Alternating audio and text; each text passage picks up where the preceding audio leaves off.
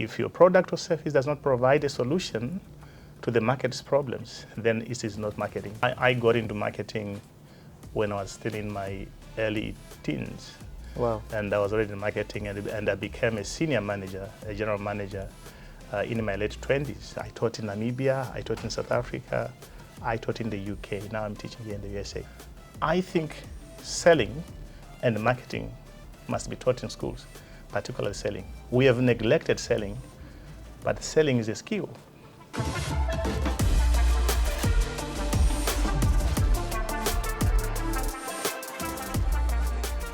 If you want to participate in the Hult prize competition, one thing they test you on is about the kind of team you have.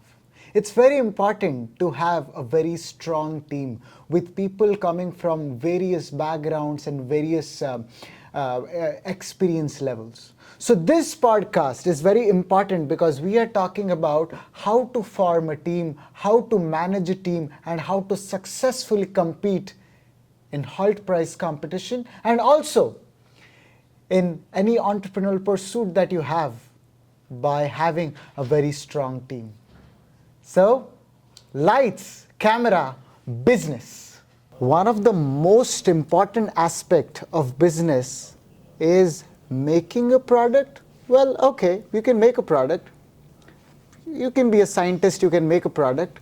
But what will happen if you don't sell it? And how do you sell your product? By telling people that you can solve a problem. And how do you do that? By marketing.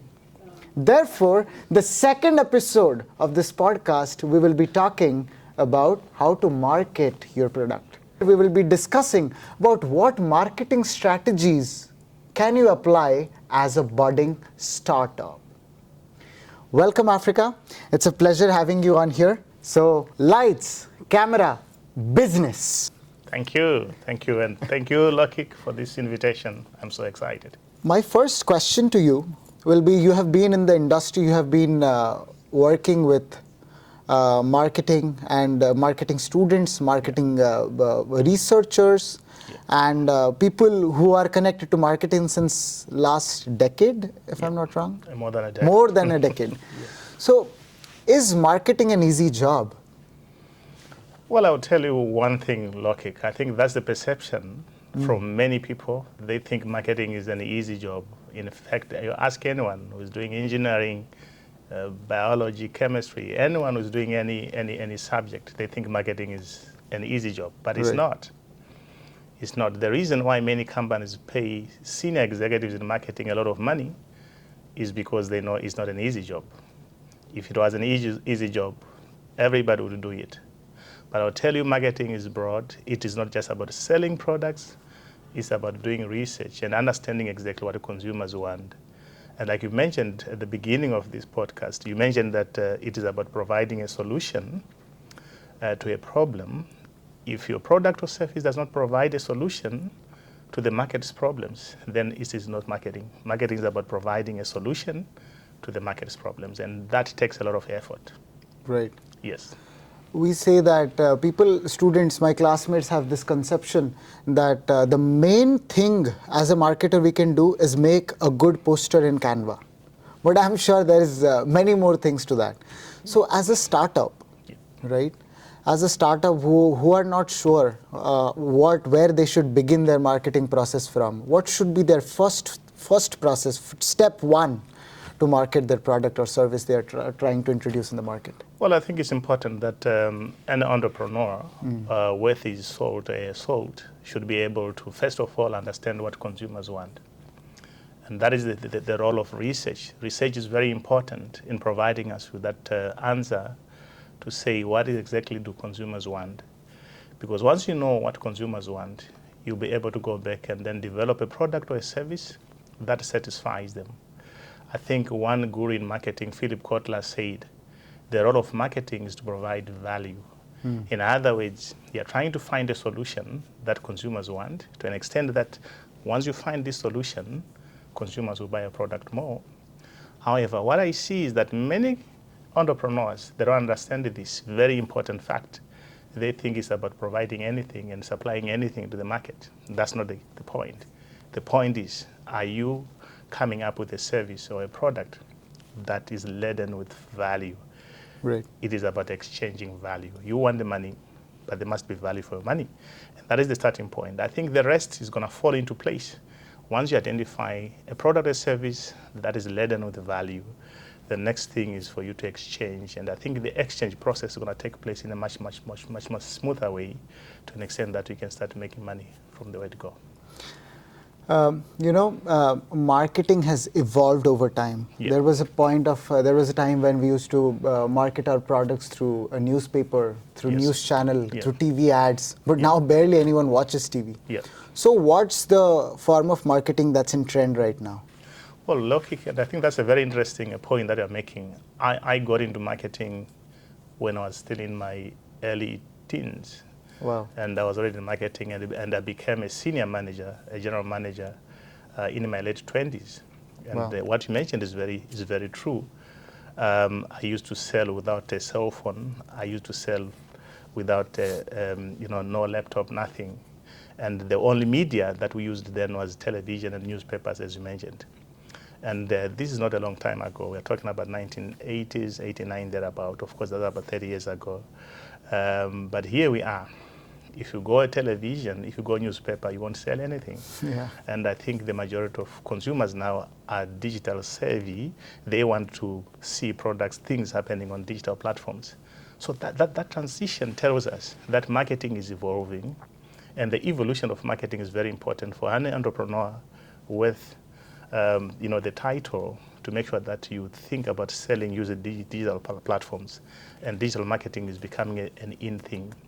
And adding on to that, it is not just digital platforms that matter.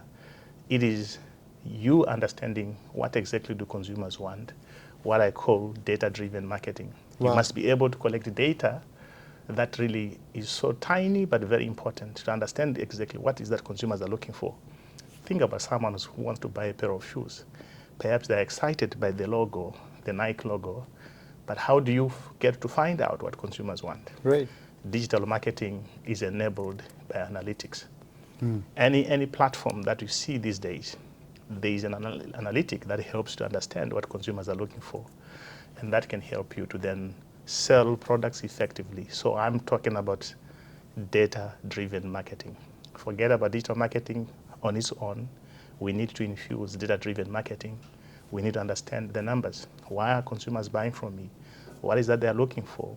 And I think it's important for entrepreneurs to think about infusing simple analytics such as your Google Analytics onto their platforms, so that they can know what is taking place on their platforms. So it's not just getting onto digital platforms. It's about understanding what consumers are looking for on that platform. Wow. You talked about deciding, referring to data. Yes. So I here focus more on market research. Yes. Know what people want, Yes. then serve them. Yes, correct. My question will be, what's the best way to do your market research? Well, so the best way to do your market research is for you to do it yourself. And I'm talking about some companies that probably maybe hire research consultants to do the marketing research on behalf of themselves. The best thing for me is for you as the company to probably get into the field and try to understand your customers. And that will be the best thing for you to do. So data is very important, but we don't make decisions using data. We make decisions using information. So what you need to do is to go and collect data. Go and collect data, find out more about what consumers want as much as possible. You collect all these facts and figures, but from these facts and figures, extract information that can be used effectively for marketing your products. And I think it's very important. Now, the second aspect in terms of collecting data, it's not just you collecting data. You should listen to customers. What is that they want you to do? In other words, you should create a dialogue. I think the key theme these days is co-creation. Products are not a creation of the company. You are not you. It's not you, the entrepreneur, just creating the product or the service. The service or product is co-created. You are creating, the customer is also creating. And that's why it is very important for you, if you want to succeed in your market research, to listen to the customer voice. And I always talk about customer voice. Every time you look at a product or service, ask yourself, where is customer voice in it? If you don't see customer voice in it, then you know you're doing things on your own. And that's why research is very important. I can talk more about customer voice, but it's important that in whatever research you do, listen to what consumers want you to do. What is that they want you to do for them? And that is the best way for success. I hear you're stressing a lot on problem identification. Yes. But usually we think of a solution first, Yes. and then try to go back to trace a problem Yeah. that they're facing. Yeah. So it's very important to figure out a right burning problem and then use your design thinking Yeah. to come up with a solution, because then and there, I guess we are done with 50% of our marketing process. Yeah, yeah, Right? yeah, yeah. Yeah, and I think you can think about the basic things such as the cell phone. I told you I'm coming from the background of having sold, having been a sales rep without a cell phone. But think about it. The biggest challenge that we had, or consumers had, was that the moment you leave the office, you're not reachable. No one can reach out to you until you come back. And I used to have a secretary who would come up with the sticky notes. She would place lots of sticky notes on my desk. So and so called, so and so sold, you should call back. And that was the order of the day. But can you imagine these days? Someone saw an opportunity and saw a problem that was there and then developed the cell phone. The cell phone is a product that provided the solution, not the other way around. So that's exactly what I'm challenging entrepreneurs to do. You must be thinking of identifying problems as much as possible and then trying to come up with solutions to those problems. And I think in terms of the success rate, when you try to do that, the success rate for that particular entrepreneur's business is going to be very high because you're providing a solution. And that's exactly what it is. That's what marketing is all about. And that's what I'm stressing here in this conversation. Right. Yeah. When we are deciding on what marketing platform to choose, Yeah. talking of students, 3 students got together after international marketing class, deciding to do a business. Yeah. They don't have budget. Yeah. They don't have expertise. Yeah. They don't have like capital to spend on marketing. Yeah. Well, they have done their research. Yeah. They have some data with them. Yeah. They have some information after analyzing the data. Yeah.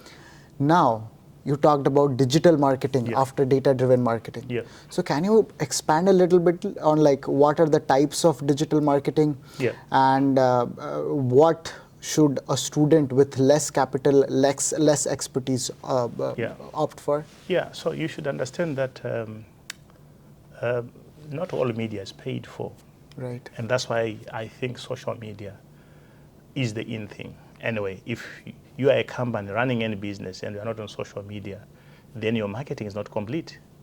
And then talking about social media, we've got 2 strands of social media that you can use, paid for and non-paid. And so already you're thinking about the one that you can pay for and the one that you don't need to pay for. And I think as a startup, I think it's important for you to start thinking about the unpaid media sources.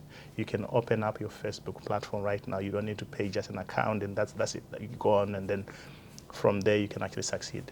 And I'll tell you one very interesting experience that I had. When I was teaching in the UK at the University of Plymouth, we had a very exciting experience, and this was just a classroom project that we did. Yeah. And I asked students to create platforms for them to sell their products. Think of any product they want to sell. And they all did that. And I tell you, some of the platforms are still active right now because consumers are still reaching out to those platforms and they're asking for the products. It taught me something. It said to me, you can be successful through the use of social media, which you don't pay for. So it's not about budget all the time. You may not have the money, but you need to think about the platform that can reach your target audience. And there are so many such platforms that you can use. I think I've got people that are surviving on Instagram. If your customers like Instagram so much, why don't you go to Instagram and start selling your products? So I think, Lokik, it's a very important question that you're asking, and I think it's a challenge to many entrepreneurs to think about utilization of media that is free for them without going to the bank and breaking the bank. You have to use the money that we have. And we did it with my students. They were very successful. We're still talking about it. Wow. And I would want that to probably transcend and go on to also be used by entrepreneurs as much as possible. Is there any rule of thumb that students or entrepreneurs can use to check if their marketing strategy is working, if they should change, they should continue, they should expand, diversify, downsize? Well, not a specific rule of thumb, but I would just say I think it is important for any business person, for that matter, to keep a track on what is happening to your product, what is happening on, in the marketing environment, and change your strategies as much as possible. And I think while we're still on that point, I'm challenging everybody. It's not like business students only that are supposed to think about entrepreneurship. Even students doing engineering, I always talk about that. I used to teach a subject called technopreneurship. Technopreneurship is a combination of technology and entrepreneurship. And I think it is very important for people then and students to think about entrepreneurship as a medical student and the entrepreneurship as a biology student, because we are saying how can we bring in technology to our entrepreneurship aspect. And I think it's important for us all to think about it. So keep track of what is happening in the field, monitor the trends. What is that consumers are looking for? Are there any changes that you may need to probably come up with a product? And that's why there's this idea of continuous innovation. Apple does not give you iPhone 15 all the time. They will tell you now we're on 16. Why are they doing that? It's because our consumer tastes and preferences are changing all the time. That's exactly what you need to do as an entrepreneur. Keep track of consumer tastes and preferences and adjust accordingly. That's what you need to do. Wow. Yeah. One thing I like about business and marketing is how dynamic it is. It is. You like rule of thumb, Yes. there is no such concept in business and marketing. There is no standardized thing. It's very dynamic. Very much so. Like while we are talking, you're answering the questions, I can sense the passion you have towards entrepreneurship and marketing and business in general. Yeah.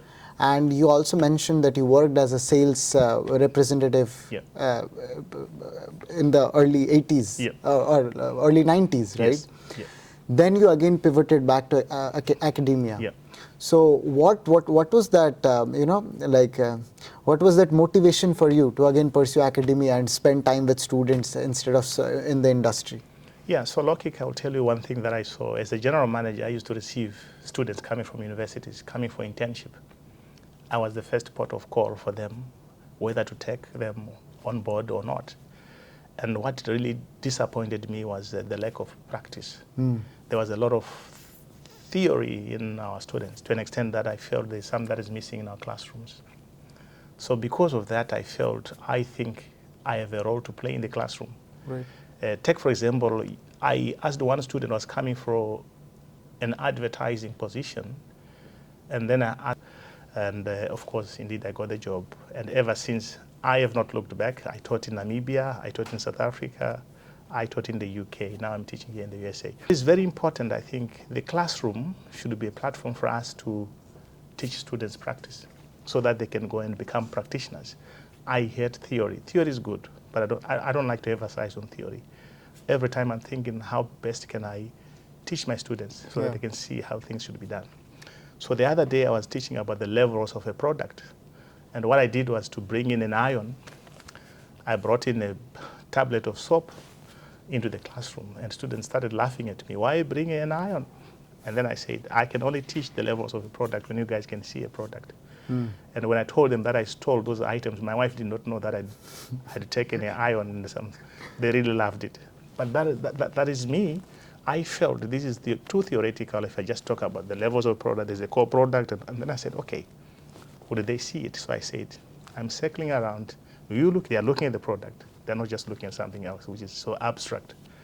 So theory and practice, they must be in a marriage of not convenience, but a marriage for the long haul. I cannot agree more to what you just said. Yeah. Like usually people think business is a theoretical subject matter. You learn a little bit, how to do marketing, what is marketing, learn about Hofstede's rule, learn about a few stuff, and you are ready to rock. Yeah. No, actually not. Business has a lot to do with practice. And the most beautiful thing about business is it's dynamic. Yes. So that's why, again, I'm coming back to the main motivation behind doing this podcast and organizing boot camps and everything, because I want to give this information out to the students that if you want to pursue business, first of all, doesn't depend what major you are from. Literally, he used to teach us a class that was known as technopreneurs. Yep.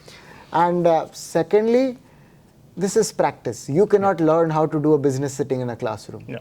So come out here, identify a problem, make a solution, try to sell it, and learn where you are going wrong. And that's very true. And I think I would challenge colleagues to read the story of a guy called Mohammed Yunus. I know, from Bangladesh. From Bangladesh. The guy started a bank that was initially meant for the poor.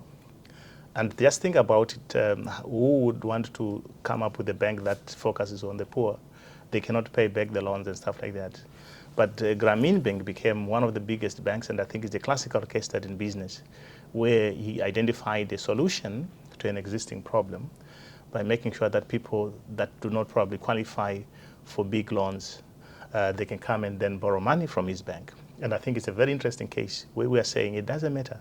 It doesn't matter the size of the market. I think just go for it as long as there's an opportunity.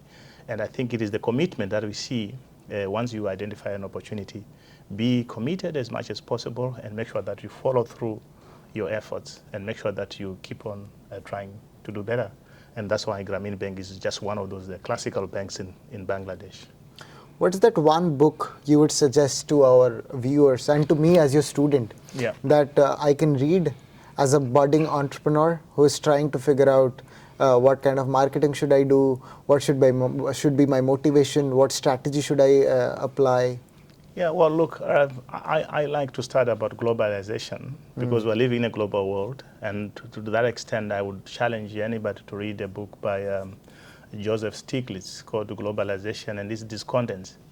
It's a very interesting book where we are looking at how globalization has made success in other countries, but not success in all the other countries. I think it's a very classical reality that this whole theme about globalization, it is working for others, but may not be working for everybody. It's not just like a one-size-fits-all. And written by an economist, I think is very important. The guy worked for World Bank, and some of his policies, while he was working in the World Bank, he started writing about it in that book, and he was criticizing the policies. So very exciting things that I think in that book that we can probably get to find out from it. Wow. It's a very interesting book, yes.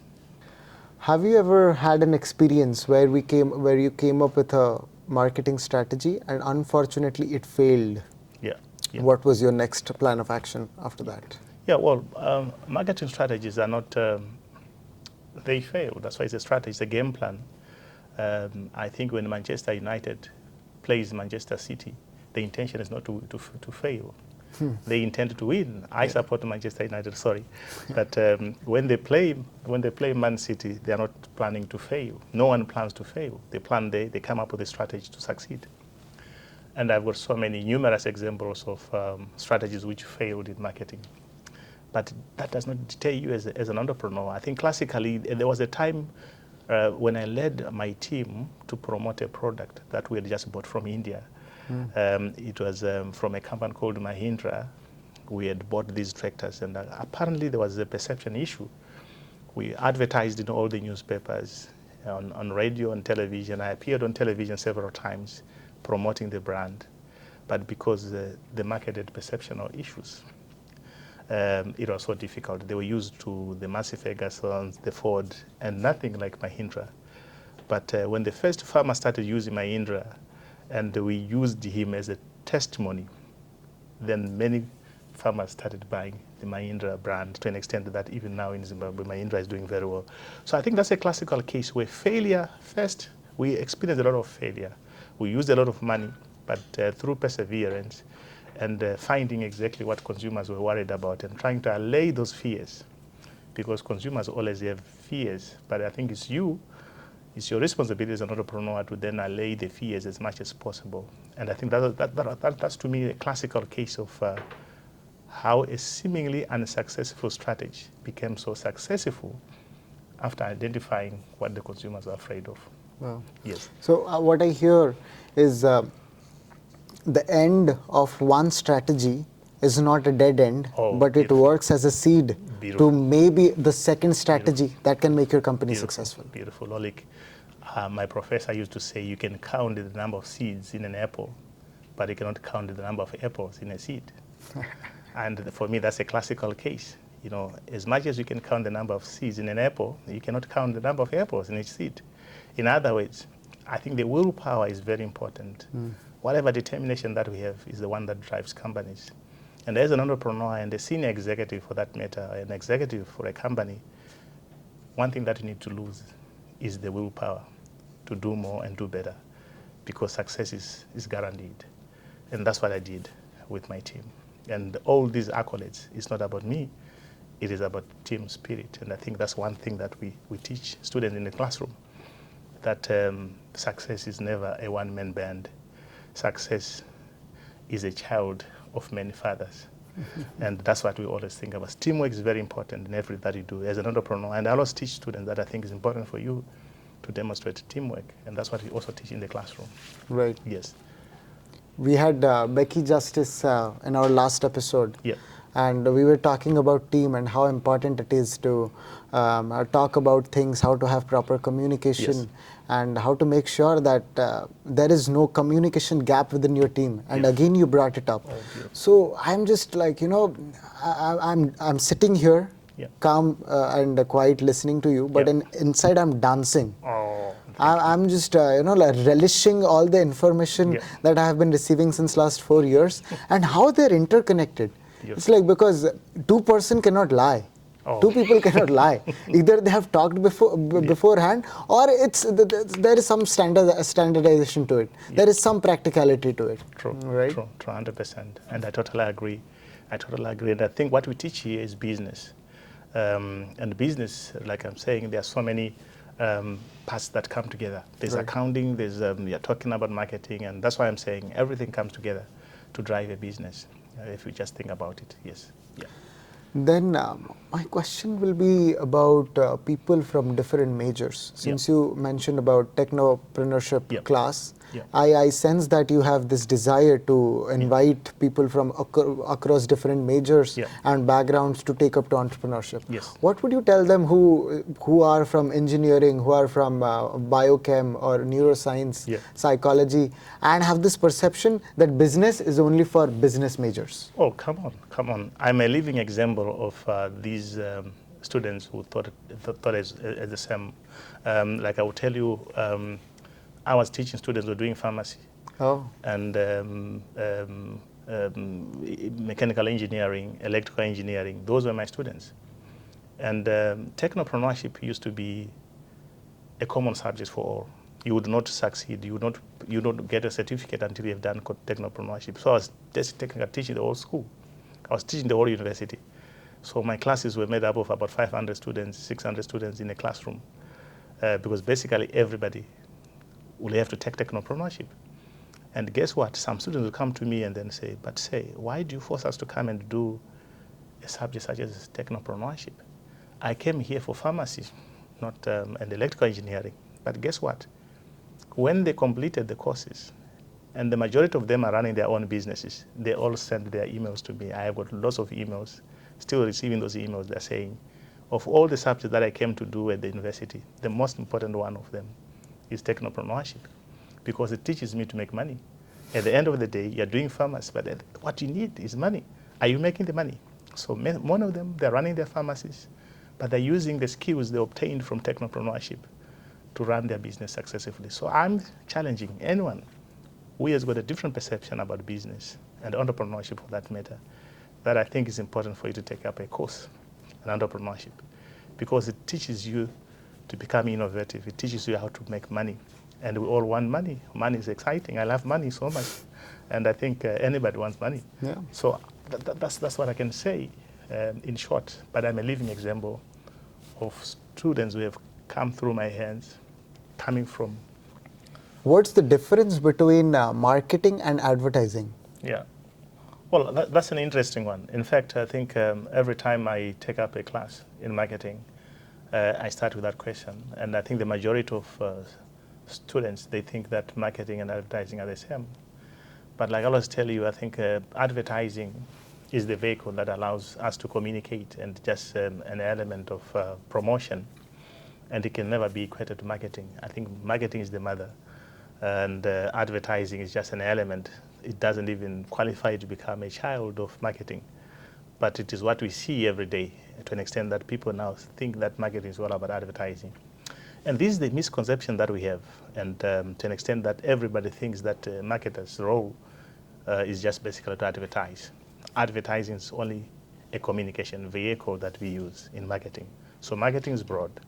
It's about researching, it's about understanding how to develop a product and solving consumer problems, and then you can do advertising.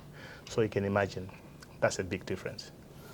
To what extent market conditions like recession and stuff like that affect the performance of a business, especially a startup? I know, like, to a huge extent. Yeah. Then my follow-up question to that would be, what can a marketer do, an entrepreneur do, to make sure that they can reduce the effect?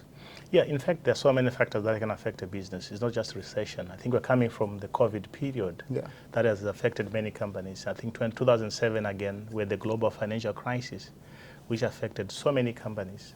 And of course, recession then comes into, as you asked it. But there are so many issues, I think, at play here. And what I can only challenge entrepreneurs to do is to be as resilient as possible.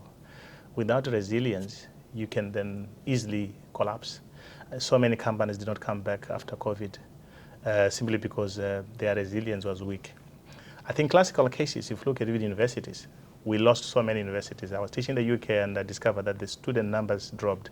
Fine, I was teaching classes that were much bigger than what I'm teaching here at Elam College, but they were all crying that after COVID, many universities actually were threatened by closure and many companies closed. But then the question becomes, what is the trick behind those that survived?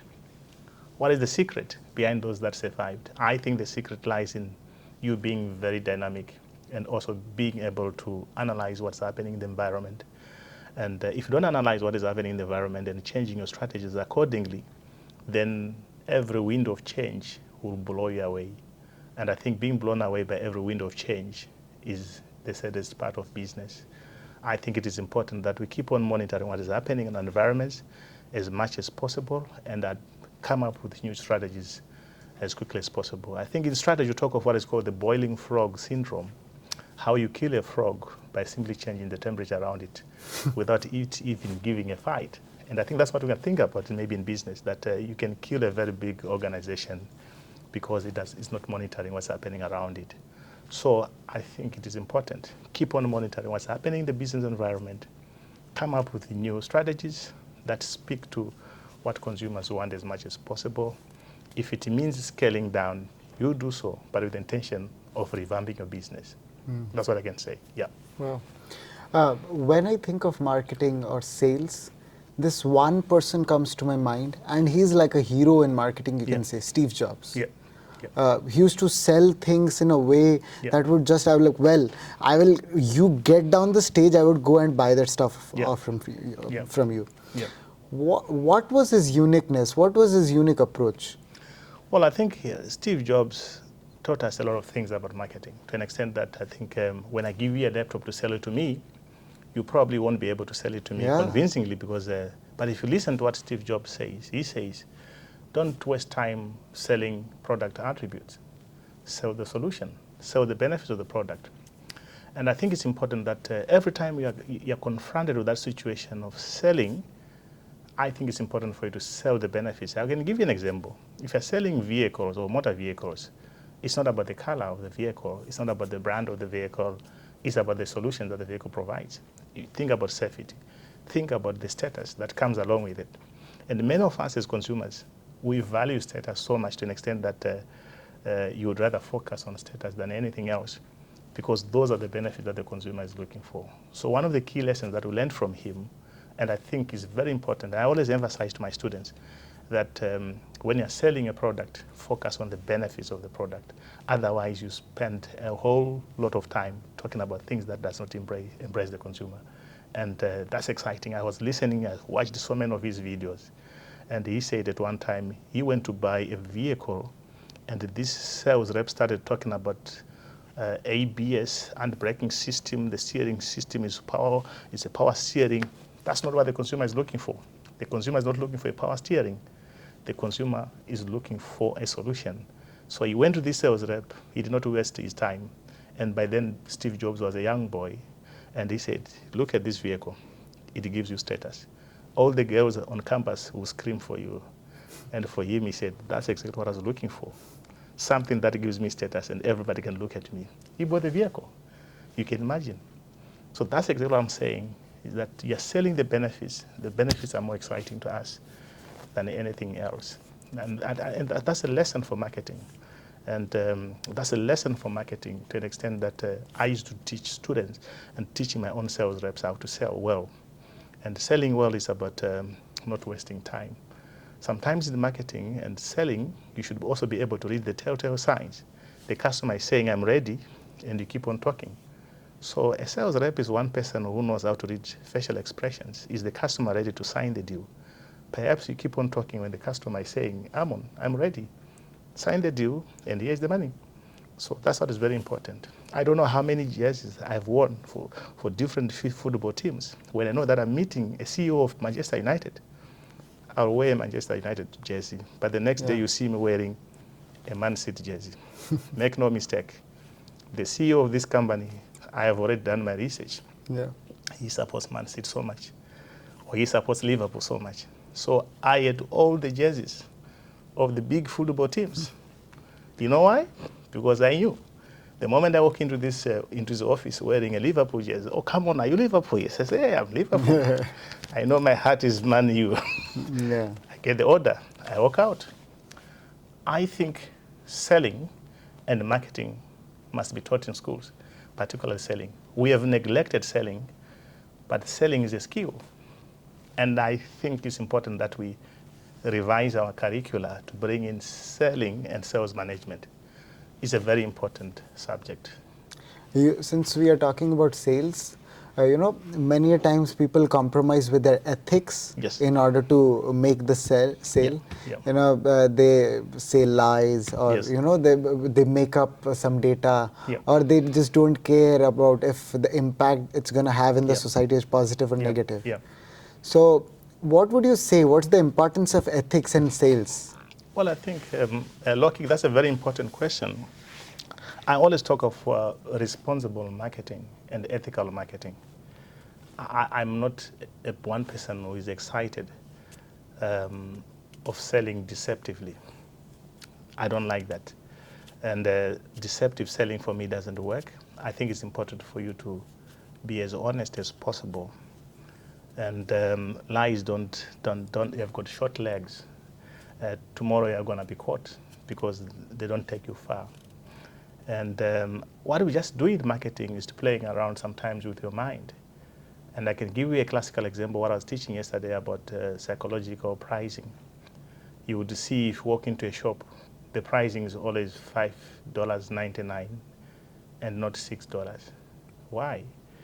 Because for us in marketing, we understand that $5.99 is more appealing than $6. Never mind that the difference is only $1 or just a cent. But if you price your products at $6 and mine is $5.99, even if the difference is only just a cent, I will sell more than you. And that's not deception. It is just psychological, aspect of marketing. So marketing is not just something that we just do with our eyes closed. We have to study consumer behavior and see how best we can appeal to the consumer. So you see, as a marketer, understand the behavior of consumers as much as possible. And that's why consumer behavior is one of the key modules that we teach in marketing. Yeah. Thank you so much. To reflect in our conversation, we actually talked about so many important topics, especially for entrepreneurs who are either planning to start a business or compete in high price competition or pursue some sort of entrepreneurship. What would be that last piece of advice, that success mantra you would give to all our viewers, that they can adapt, they can accept it, they can abide by that thing throughout their life, and maybe that would make them a successful entrepreneur one day? Beautiful. I think I like that part. about the mantra, and my mantra is that marketing is a living subject. It is not something that we just teach in the classroom. It is quite living, and I think it's important for you, whether you're thinking of starting a new business, whether you're starting to do something here on campus as a student, it is important that you understand exactly that marketing brings you fortunes. And I always say that it is the only department in the organization that we look for when money is missing. When there's no money in the department or in the organization, we all come to marketing. What are you guys selling? And so marketing is very important. And I want you guys to understand that it is a living subject. Keep on trying, keep on understanding what consumers want, and never try to provide a product ahead of what consumers tell you to do. Consult them. They should tell you something, and when they tell you something, listen to it. Marketing is about exchanging value. What is the value that your product offers? I think these are the key points that we discussed today, and I keep on repeating them because they are very important. If you discover that there's no value in your product, the chances are that your product won't succeed in the market because there's no value. Consumers are looking for value for their money. Thank you. Right. Thank you so much. Entrepreneurship, like leadership, is a skill.